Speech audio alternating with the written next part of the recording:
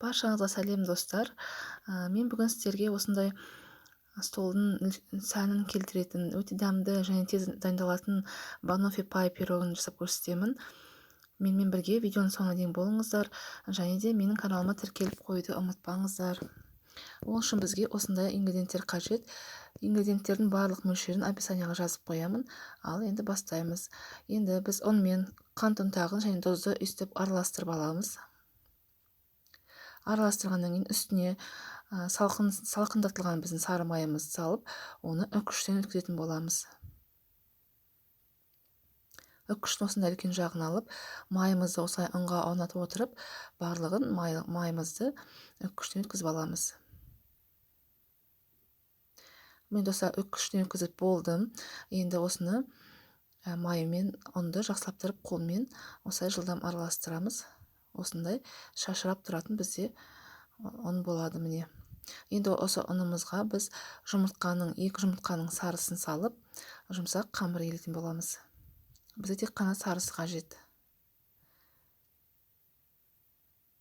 Осыларды жақсылап тұрып араластырып, қамыр елейміз. Міне достар, осындай жұмсақ қамыр шықты. Менде сары майдың майлылығы 72% май. Сонда біздің ұнымыз, қамырымыз жақсында осындай майлы болып тұрады. Достар, міне біз қамырымызды елеп болдық. Енді осы қамырды жарты сағатқа осындай салафанға салып, холодильникке қоя тұрамыз. Жарты сағат біздің қамырымыз тұрды. Енді осындай формамызға, менде форманың диаметрі 28, осындай формаға біз қолмен тегістеп аламыз да, осылай шанышқымен әрбір жерінен тесіп қоямыз. Біздің қамырымыз піскенде көтеріліп кетпес үшін. Енді осыны қамырды біз қызарғанша пісіріп аламыз. Енді ортасын салатын салмамызға бізге осындай 2 банан керек. Банандарды осылай жұқалап, турап дайындап қоямыз. Мен 2 банан алдым, өйткені менің банандарым қатты үлкен емес, орташа көлемде. Енді біздің үстіне құятын осындай кремімізді дайындаймыз. Менде сливки 33%. Осыны біз қант ұнтағымен жақсылап тұрып, қоюланғанша араластырамыз. Міне біздің сливкиміз дайын болды. Достар, міне менің қамырымда пісті. Осындай әдемі түсте болу керек. Енді осыған бізде 300 грамм осындай вареный сгущенкамызды жағамыз. Достар, өте жылдам дайындалатын пирог. Міне осылай жағып, үстіне жаңағы тураған банандарымызды қойып, барлығын салып қоямыз. Міне осындай әдіспен барлық банандарды салып шығамыз. Банандарымызды салып болдық. Енді жаңағы дайын болған кремімізді осындай кондитерский мешок дейді, осындай ыдысқа салып, бетіне қазір крем жағатын боламыз. Достар, менде насадка роза гүлдікі, бірақ банофи пайдың насадкалары әртүрлі болуы мүмкін. Өздеріңізде қандай бар, сонымен істесеңіз де болады. Енді осы бананның үстіне осындай гүл секілді осылай әдемілеп, әсемдеп кремімізді жағамыз.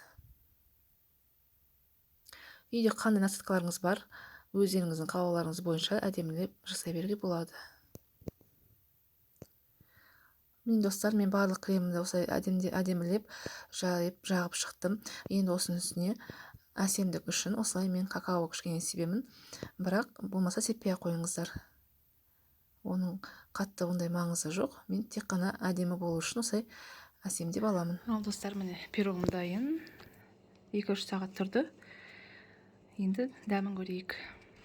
Көрдіңіздер ме, өте әдемі шықты ортасы. Жарты сағатта дайын болды. Өте тез дайындалатын және столдың сәнін келтіретін және өте дәмді пирог. Ал дәмін көрейік. Бісміллә.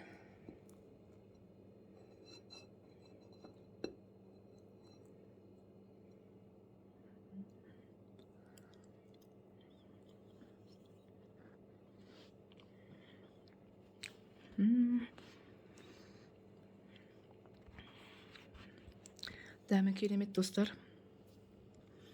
Дайындап көріңіздер.